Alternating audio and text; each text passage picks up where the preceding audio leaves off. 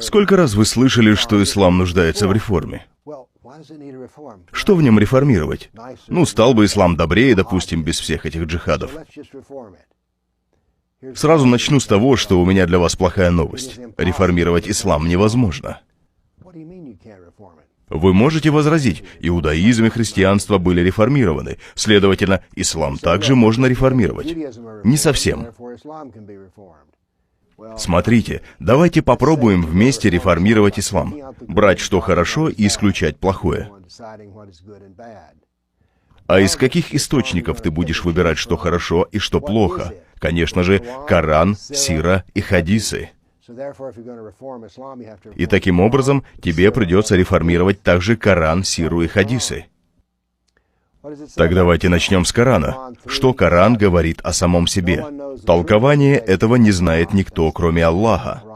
А обладающие основательными знаниями говорят: мы уверовали в Него, то есть в Коран, все это от нашего Господа.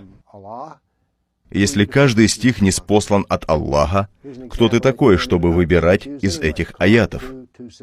Вам предписано сражаться, хотя это вам неприятно. Быть может, вам неприятно то, что является благом для вас, и, быть может, вы любите то, что является злом для вас. Аллах знает, а вы не знаете. Так ты же просто человек, который хочет выбрать. Но Аллах говорит в Писании, что ты не знаешь, а Аллах знает.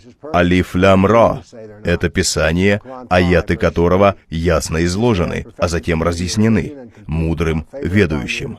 А кто мы с вами, чтобы сказать, что Коран несовершенен? Сегодня я ради вас усовершенствовал вашу религию, довел до конца мою миссию к вам и одобрил для вас в качестве религии ислам. Как ты можешь реформировать совершенство? Ислам совершенен не только в целом, но и в деталях.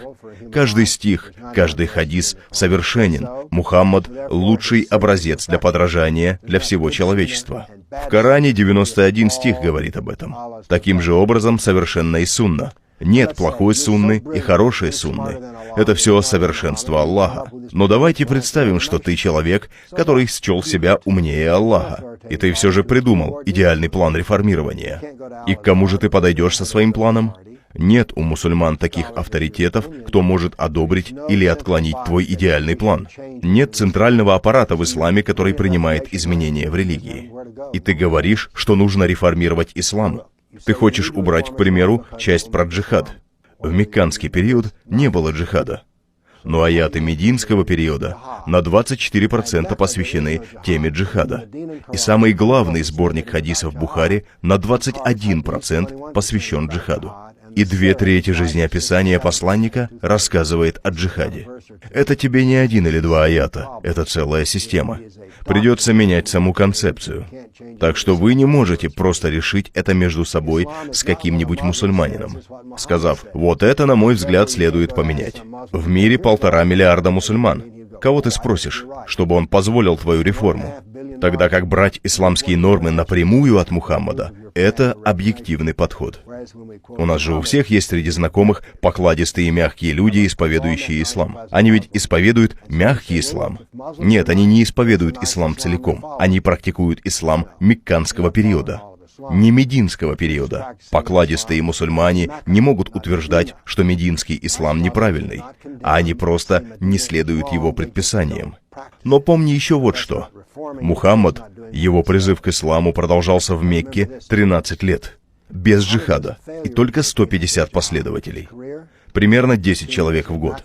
Но как только он начал заниматься политикой и джихадом, он достиг ошеломляющих успехов. Та часть, которую вы хотите удалить, это успешная часть. А теперь давайте перейдем к другой проблеме. Почему ты хочешь починить то, что не сломано? Религия ислам прогрессирует в Европе, в Бразилии, в Центральной Америке, в США и в Канаде. Им не надо чинить, что и так работает. А вы когда-нибудь замечали что-то общее у этих реформаторов? Они апологеты в исламе, или они члены просто какой-то маргинальной кучки мусульман? Настолько малочисленной, что их вообще никто не замечает. Давайте все начнем сначала.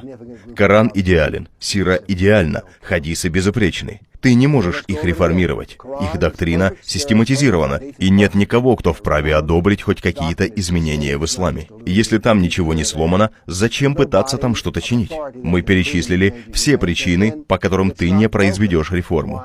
И мне наплевать, каким бы хорошим ни был этот человек, если он утверждает, что реформа возможна.